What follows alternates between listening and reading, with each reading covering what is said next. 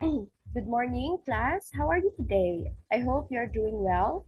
So, today we are going to discuss the development of adolescent. So, I will not going to have it slide shown because there is a problem with my PowerPoint presentation. Some of the parts will be cut off when presented in slide shown version. So, instead, we're doing it like this. I hope this is clear to you. Can you see it clearly? Okay. Now, let's proceed. Development of adolescence. So, adolescence is a period of transition between the childhood and adulthood. So, in layman's term, this is when we were teenagers. Okay, so a time of rapid physical, cognitive, social, and emotional maturing as the boy prepares for manhood and the girl prepares for womanhood. Okay, adolescence is generally regarded as psychological, social, and maturational process initiated by the pubertal changes. It involves three stages: early adolescence, which happens during 11 to 14 years of age; middle adolescence, 15 to 17 years of age; while the late adolescence is 18 to 20 years of age. Now, we have here the biological development. Physical changes of puberty are primarily the result of hormonal activity under the influence of the central nervous system. Okay, so our brain is responsible for our development, um, or the CNS, yes. Obvious changes are increased physical growth, development of secondary sexual characters, and physical distinction between the sexes. So there will be now distinction between a girl and a boy. Like for the girls, they already have breast, while the boys are bulky in nature. So the primary sex characteristics is the external and internal organs that carry out the reproductive function, while the secondary sex characteristics, changes that occur throughout the body as a result of the hormonal changes. Okay, so we have here the so-called Tanner scale, which is a scale of physical development in children, adolescents, and adults. So this scale defines physical measurements of development based on external primary and secondary sex characteristics. Okay, so this is the example of the Tanner scale. In the left side, you can see here for the girls, while in the right side are for the boys. As you can see in the left side, breast is very evident because this is for the girls, while on the right side, it shows the changes of the penis. So we have here the hormonal changes. It is caused by a hormonal influence and controlled by the anterior pituitary in response to the stimulus of the hypothalamus. So the functions of the gonads means the primary reproductive organs, or for the girls, it would be the ovary, while for the boys, it would be the testes. Okay, excuse me. So the functions is the production of release of the gametes. Sorry, class, typographical error. It would be gametes. That's the sperm and the egg cell. So and also the secretion of sex appropriate hormones. We have here the sex appropriate hormones. For female, it is called estrogen. It is secreted slowly increasing amount in until 11 years. It increases and continues until about 3 years after the onset of menstruation. The androgen is the masculinizing hormone, or for the boys. They are secreted in small and gradually increasing amount up to 7 or 9 years of age. Okay, so we have here the pubertal delay. In girls, if breast development has not occurred by the age of 13, or if menarche has not occurred within 4 years of the onset of breast development. While in boys, if no enlargement of the testes or the scrotal changes by years 13.5 to 14 years of age, or if the genital growth is not complete 4 years after the testicles begin to enlarge.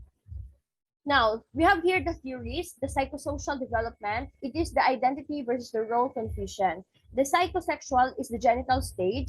The cognitive development is the formal operative. Moral development is the internalized set of moral principles. And the spiritual development is the deep spiritual concerns. Okay?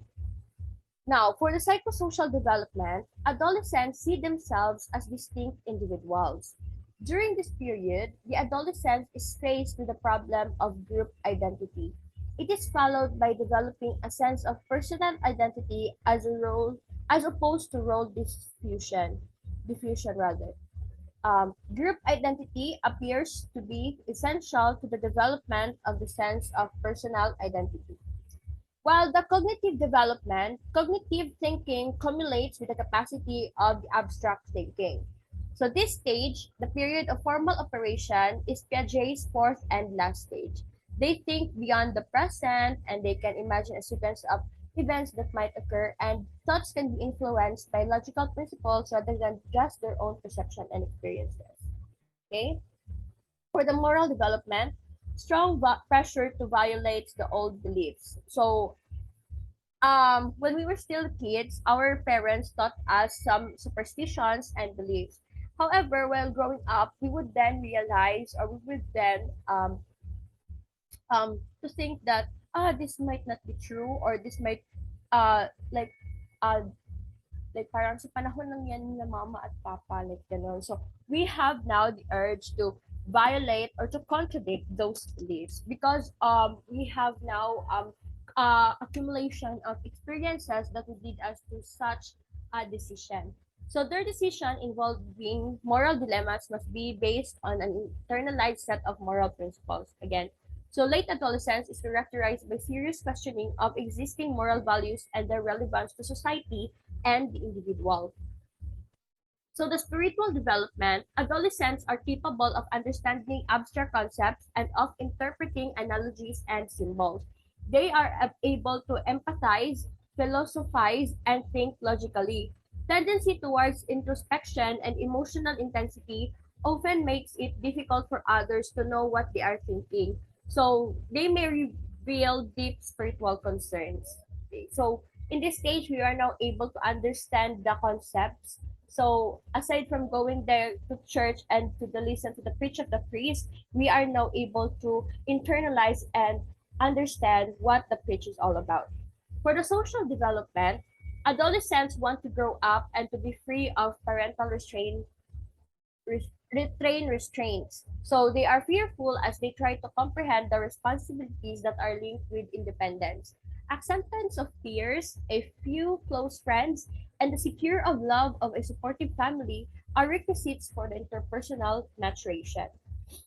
So the relationship with parents. During adolescence, the parent-child relationship changes from protection dependency to mutual affection and equality. So in this stage, we are not able to decide on ourselves, but that also depends on how your parents that you grow or cares for you. So one on the one hand, adolescents are accepted as maturing pre-adults. On other hand, they must conform to regulations and restrictions set by adults. So that's what I'm talking about. You are allowed to do or to decide what you're going to do, but also it is regulated and with restrictions by your parents. So you cannot decide whatever you want because you're still under the care of your parents. Okay? Now, to gain trust of adolescents, parents must respect their youngsters' privacy as well as show a sincere interest in what the adolescents believes and feels. Okay? So, the relationship with peers. The peer group serves as a strong support to teenagers, providing them with a sense of belonging and a feeling of strength and power.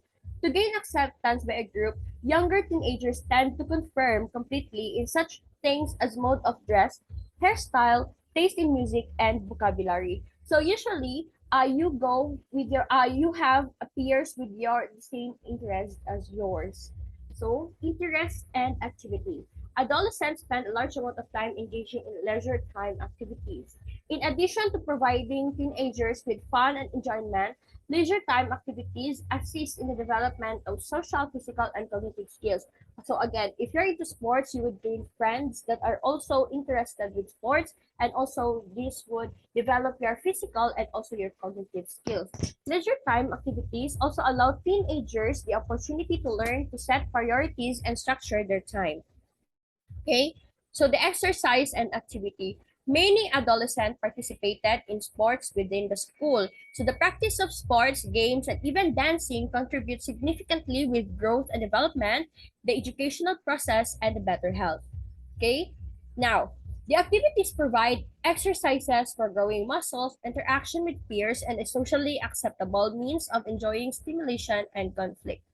Competitive activities provide teenagers a sense of self appraisal and development of self respect. Okay. So here is the anticipatory guidance. So we must encourage the parents to accept adolescents as individuals. So as individual wherein they can decide for themselves, they can reflect and repent on the mistakes or the sins that they've committed, respect their ideas, likes and dislikes, because again, we are unique individuals. We are not alike with each other. Listen to their views as well and avoid comparing with other children. Okay, so avoid criticism with no win about no win topics and provide opportunity to select solutions and accept their consequences. This is what I'm talking about earlier. And also encourage learning by doing, not just by acquiring knowledge, but also with do it like your own style. That's it. Respect adolescents privacy. Again, we must respect everyone's privacy. Try to make a communication clear, provide reasonable limits. Okay, there are some parents that restrict their children too much, and I think that is just unnecessary. So provide clear, reasonable limits and avoid comparison with sibling. Again, we do not like to be compared with others because again, we're unique individuals. And assist them in selecting appropriate career goals and prepare for adult role and provide unconditional love and be willing to apologize when mistaken. Because parents are also they are not perfect. They're not always right. There are also committed mistakes. But of course, parents we must also accept the fact that we are also mistaken sometimes and apologize to our kids or adolescents. Okay, so that ends our class for today. And for your activity, I would like you to create a table where showing the development of a woman and man during the adolescence. Okay, you must compare and contrast the development. For example, the physical. What age do the breast starts to show up in girls, and well in boys how like the androgen, how does it or when does it starts to reproduce, and so on and so forth. So again, are there any no questions? Because we are now going mm, to to end our class for today. So no more questions. Thank you, class. Enjoy your day, and I will be waiting for your output. Goodbye.